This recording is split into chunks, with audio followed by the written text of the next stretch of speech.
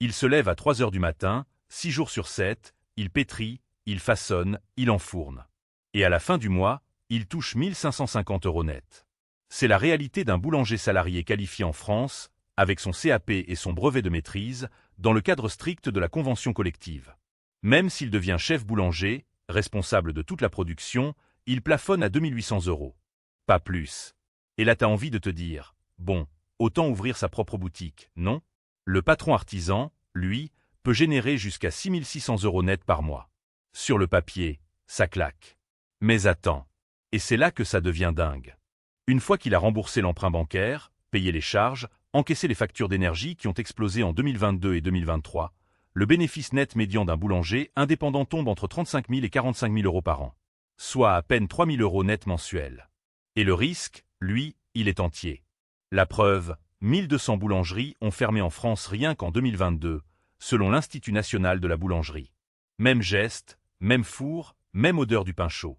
Mais deux réalités financières qui n'ont rien à voir. Alors toi, tu préfères le salaire fixe ou tu tentes ta chance en solo? Lui, il dessine les robes portées par Céline Dion. Et à la fin du mois, il rentre chez lui avec 1550 € net. Oui, tu as bien entendu. Un styliste junior dans une grande maison parisienne, Dior, Givenchy, Balenciaga, tourne entre 1900 et 2600 € bruts par mois. Soit moins de 2100 € dans la poche, grand maximum. Tu passes des années aux Beaux-Arts, tu décroches un poste dans l'une des maisons les plus mythiques au monde et tu gagnes moins qu'un technicien de maintenance. Le salaire médian dans tout le secteur textile en France, 150 000 salariés, tourne autour de 1800 € net. Et les avantages en nature, l'accès au défilé, quelques pièces de collection, ça ne paye pas le loyer.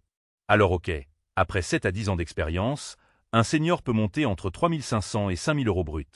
C'est mieux. Mais c'est toujours pas le grand frisson. Et c'est là que ça devient dingue. Maria Grazia Chiuri, directrice artistique chez Dior, est estimée à entre 3 et 5 millions d'euros par an. Même maison, même industrie, mais une pyramide tellement verticale qu'elle en donne le vertige. Alors la question elle est simple. Tu ferais ce métier pour ça, toi? Deux avocats. Même diplôme. Même barreau. Et pourtant, l'un gagne 2200 € net par mois, l'autre peut en gagner 150 000. Dans le même mois. Comment c'est possible? Tu connais sûrement le mot avocat. Mais tu connais peut-être pas les Magic Circles.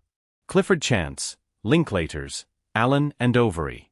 Ce sont les cabinets d'affaires les plus puissants de la planète. Et à Paris, quand tu décroches un poste là-dedans en sortant d'école, tu démarres entre 90 000 et 110 000 € bruts par an. Soit entre 5 500 et 7 000 € net par mois, direct dès le premier job. 5 ans après, si tu tiens le rythme, tu passes senior associate. Le salaire grimpe entre 130 000 et 180 000 € bruts. Tranquil. Mais là c'est pas le plus fou. Et c'est là que ça devient dingue. Si tu deviens partenaire, associé du cabinet, ta rémunération ne ressemble plus à un salaire. Elle ressemble à un chiffre d'affaires.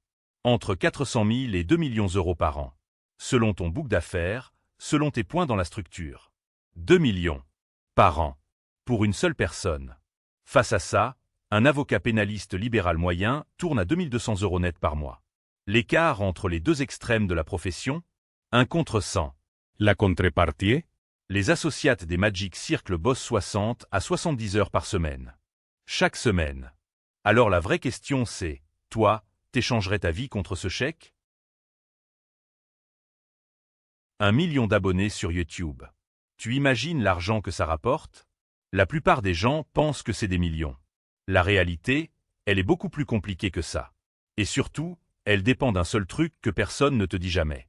Déjà, l'argent de YouTube directement, les pubs que tu mates avant les vidéos, ça s'appelle l'AdSense. Avec 3 à 5 millions de vues par mois, un créateur à 1 million d'abonnés touche entre 3 000 et 12 000 € net. Oui, il y a un écart de 9 000 € entre les deux. Pourquoi? Le CPM. C'est le prix payé pour 1000 vues. En France, il tourne entre 2 et 8 € selon la niche. Et c'est là que ça devient dingue. Un YouTuber gaming ou humour. Son CPM est en bas de l'échelle. Un YouTuber finance, immobilier, business? Il cartonne.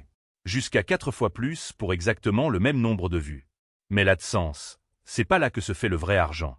Le sponsoring, ça représente 50 à 70% du revenu total. Une seule intégration sponsorisée en niche gaming, c'est 3 000 €. La même en niche finance ou tech, c'est 10 000 à 25 000 euros le placement. Un seul.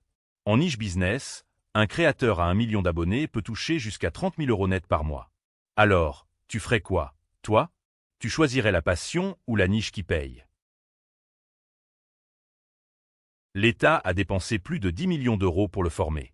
Et lui, il touche environ 3 fois le SMIC net. Attends, laisse-moi t'expliquer. Un pilote de chasse dans l'armée de l'air et de l'espace française, ça commence autour de 3 200 euros net par mois en tant que lieutenant.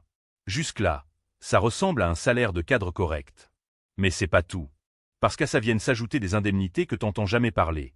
La prime de navigant, entre 8 cents et 1 200 euros par mois, des indemnités de service en campagne et d'autres bonus liés au grade. Résultat, un pilote confirmé sur Rafale, le fleuron de l'aviation militaire française, peut toucher entre 4 500 et 6 000 euros net par mois. C'est honnête. Mais c'est là que ça devient dingue. L'État a investi plus de 10 millions d'euros pour former ce mec. 10 millions.